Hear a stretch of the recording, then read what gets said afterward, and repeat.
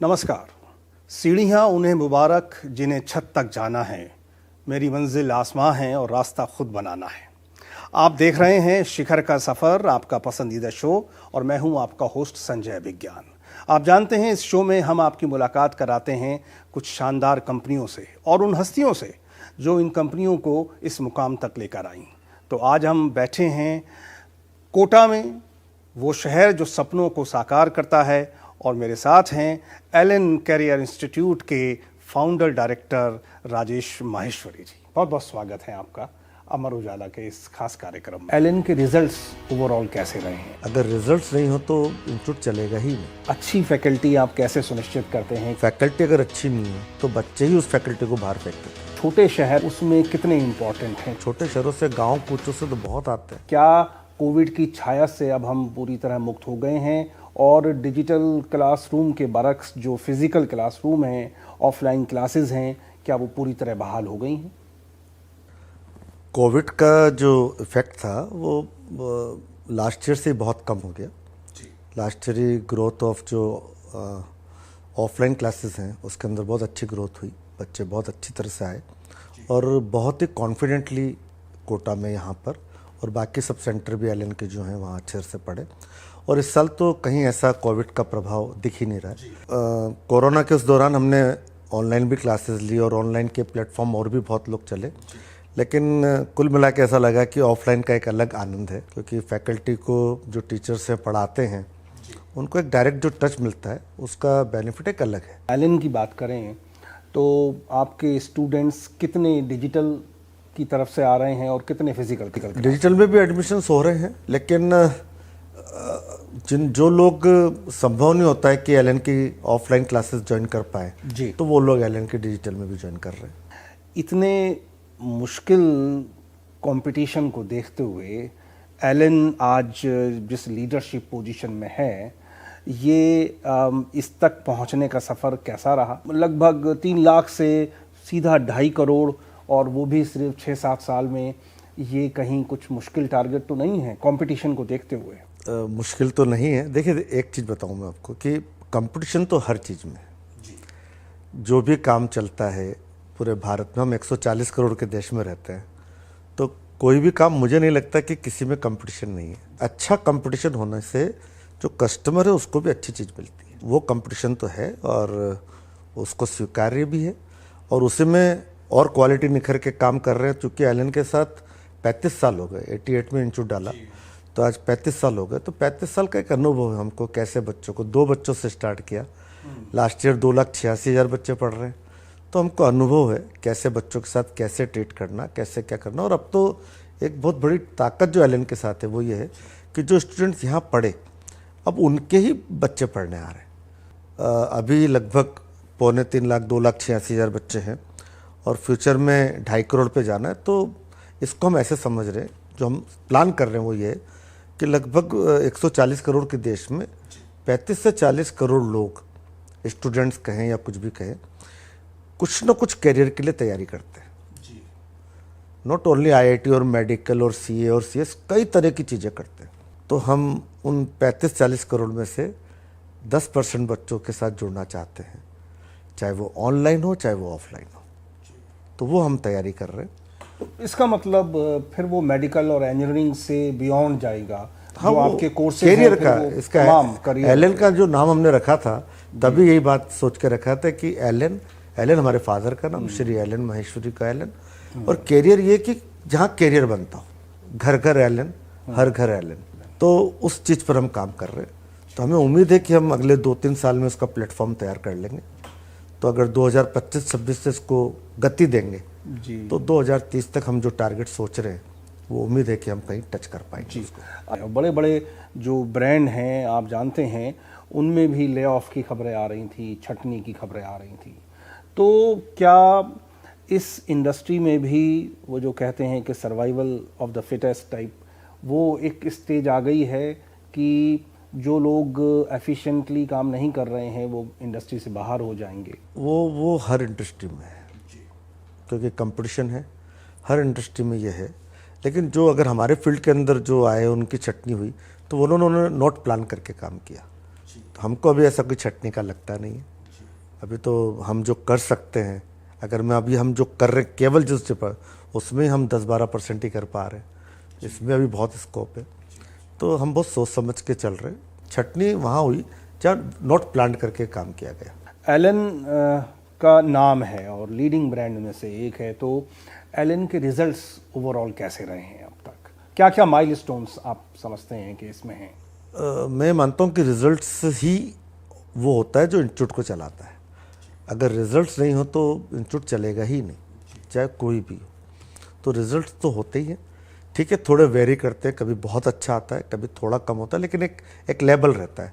तो एलन के रिजल्ट का एक लेवल है, वो मेंटेन रहता है, चलता रहता है। टॉप में रैंक कभी फर्स्ट आ जाती है, कभी थर्ड आ जाती है, कभी बड़ा सेंसिटिव पॉइंट होते हैं, कभी 10 में 2 आ जाते हैं, कभी 5 आ जाते हैं, 3 आ जाते हैं, तो ये चलता रहता है। तो अच्छे रिजल्ट्स की एक पूर्व शर्त है कि फैकल्टी अच्छी हो। तो अच्छी फैकल्टी आप कैसे सुनिश्चित करते हैं? क्या प्रोसेस है आपका टीचर्स रिक्रूट करने का? देखिए, फैकल्टी अगर अच्छी नहीं हो तो हम लोग कुछ कर ही नहीं सकते उसमें, तो बच्चे ही उस फैकल्टी को बाहर फेंक देते हैं। तो अब एलन 35 साल पुराना इंस्टीट्यूट है, कोई फैकल्टी को हम बिना ट्रेंड या बिना चेक किए हुए तो क्लास में डाल ही नहीं सकते। तो हमारा एक बड़ा ट्रेनिंग प्रोसेस चलता है, फैकल्टी ट्रेनिंग प्रोग्राम FTP चलता है, वो भी चलता है। मार्केट से भी बहुत अनुभवी लोग भी लगातार जुड़ते रहते हैं, तो ये पार्ट चलता ही रहता है। हम जो ट्रेनिंग फैकल्टीज़ लेते हैं वो कोशिश तो ये करते हैं कि हमारे स्टूडेंट हो जो कि IIT या NIT इंजीनियरिंग से या मेडिकल से, या जो पढ़े हुए हैं लेकिन मान लीजिए उन्होंने MSc किया, PhD किया, तो उस तरह के बच्चों को हम लेते हैं। फिर हमारे यहाँ एक बड़ा ट्रेनिंग प्रोसेस चलता है, एक टीम है पूरी जो काम करती है। एक समय में एलन का जो ज़्यादातर जो कारोबार भी और स्टूडेंट्स भी वो कोटा में ही केंद्रित थे, लेकिन अब एलन कोटा के बाहर भी देश में कई जगहों पर मौजूद है। तो अभी जो आपका ओवरऑल नेशनल नेटवर्क है, थोड़ा उसकी अगर डायमेंशंस बताएं कि कुल कितने क्लासरूम्स हैं, ज़िले कितने कवर हो गए हैं देश के, और south India versus north India में आपकी जो प्रेजेंस है, अगर थोड़ा उस सब के बारे में भी अमर उजाला के पाठकों और amarujaala.com के दर्शकों को आप बताएं। अभी जो सेंटर्स हैं वो अराउंड 50 के आसपास सेंटर्स हैं और लगातार प्रोसेस चलता रहता है। ये जो मेनली सेंटर्स हैं वो राजस्थान, MP, गुजरात, महाराष्ट्र, पंजाब, हरियाणा, अभी हमने दिल्ली भी इसी साल शुरू करा है, मतलब 1 साल हो रहा है दिल्ली को भी। अभी यूपी में और बिहार में और झारखंड में उस एरिया में अभी हम नहीं गए हैं। कम है मामला? नहीं, अभी एक भी नहीं है, मतलब एक रांची में एक सेंटर है, वो भी छोटा ही है, लेकिन अब धीरे धीरे सब जगह जाएंगे। हम लोग इसमें बड़े धैर्य से काम कर रहे हैं।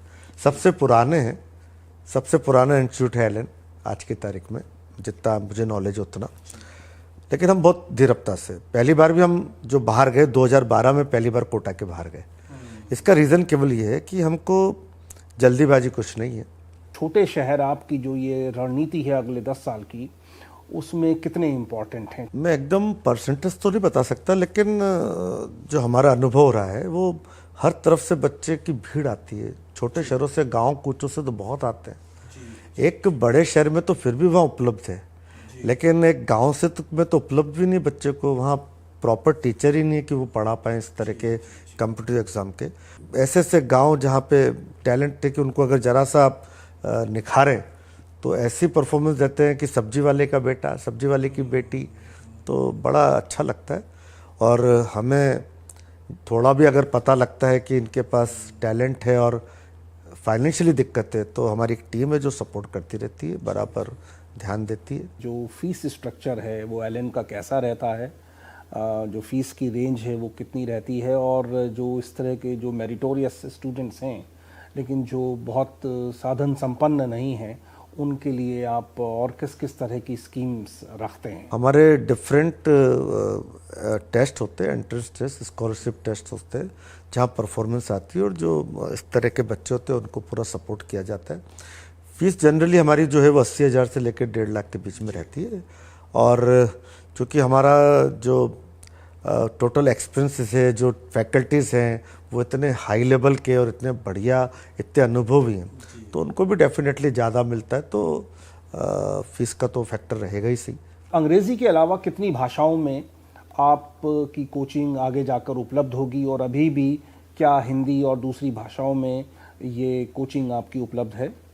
अभी जो मतलब जो हो पा रहा है वो अभी है कि इंग्लिश और हिंदी और गुजरात में गुजराती। लेकिन फ्यूचर में जो जहाँ पे जैसी भी ज़रूरत है वो लोग भी अवेलेबल है और वो सब तैयारियाँ करी जा सकती है जिस लैंग्वेज में भी। बोधी ट्री ने अब हैंडसम इन्वेस्टमेंट इसमें किया, तो उस इन्वेस्टमेंट के बारे में थोड़ा बताएं। उन्होंने आपको चुना और उसका कैसा सदुपयोग हो रहा है आपके लक्ष्यों को हासिल करने में? देखिए, वैसे तो जो हमारा काम था उसके अंदर कोई इन्वेस्टमेंट का इतना बहुत ज़्यादा रोल था नहीं, ज़रूरत भी नहीं थी। लेकिन अब जब हमने आपको कहा मिशन है घर घर एलन, हर घर एलन, पूरे भारत को पढ़ाना है, एक ये नारा हमारे इसमें चल रहा है।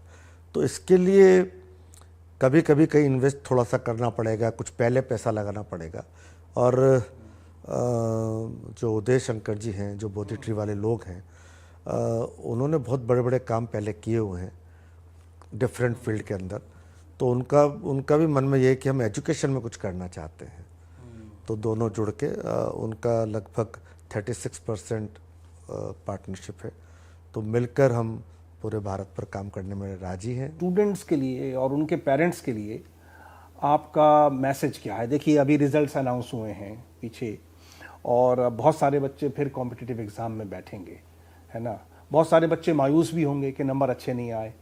तो पेरेंट्स के लिए और उनके जो बच्चे हैं, स्टूडेंट्स हैं, उनके लिए अगर आप मैसेज क्या देना चाहेंगे? तो मेरा यही मैसेज है कि पेरेंट्स कई बार अपने ख्वाब बच्चों पे लादने लगते हैं कि बेटा तेरे को डॉक्टर बनना ही है या तेरे को IITN बनना ही है। तो उस पर प्रेशर नहीं आना चाहिए, ये पेरेंट्स को ध्यान रखना है। अगर आपका निर्णय होता है कि उसको IIT की तैयारी करनी है या उसको मेडिकल की तैयारी करनी है तो वो करवाएं। हम सिंपल सी बात ये कहते हैं कि वो पढ़ना चाहते हैं, हम पढ़ाना चाहते हैं। और पेरेंट्स भी समझते हैं और पूरा सब लोग समझते हैं और बच्चा भी समझता है कि हर एक का सिलेक्शन नहीं हो सकता। मैंने खुद का मैं अगर एग्जांपल दूं तो मैं तो IIT का फॉर्म भर ही नहीं पाया, हिम्मत ही नहीं हुई। मैंने PET का एग्ज़ाम, इंजीनियरिंग का एग्ज़ाम दिया, उसमें मेरा सिलेक्शन नहीं हुआ। मैं एक सिंपल डिप्लोमा होल्डर हूँ, लेकिन और भी है राहें। तो मनुष्य जीवन मिला है, इसको सार्थक करना है। तो आपने देखा कि कितनी साफगोई के साथ एलन इंस्टीट्यूट के फाउंडर डायरेक्टर हमें बता रहे हैं कि वो खुद इंजीनियरिंग का टेस्ट भले ही ना पास कर पाए हों, लेकिन उसके बावजूद वो आज इस इंडस्ट्री के टॉप पर हैं। और एक ख़ास एग्ज़ाम में बैठकर ही सब कुछ नहीं हासिल होता, और भी रास्ते होते हैं, और भी राहें होती हैं, और कोई भी इम्तहान आखिरी नहीं होता। मैं अमर उजाला की तरफ से, .com और अखबार के पाठकों की तरफ से आपका बहुत बहुत शुक्रिया अदा करता हूं। और आपका जो लक्ष्य है मौजूदा 3 लाख से 2.5 करोड़ स्टूडेंट्स को अपने साथ जोड़ने का अगले 4-5 साल में, तो उसके लिए भी शुभकामनाएं और बहुत बहुत शुक्रिया कि आपने हमारे लिए वक्त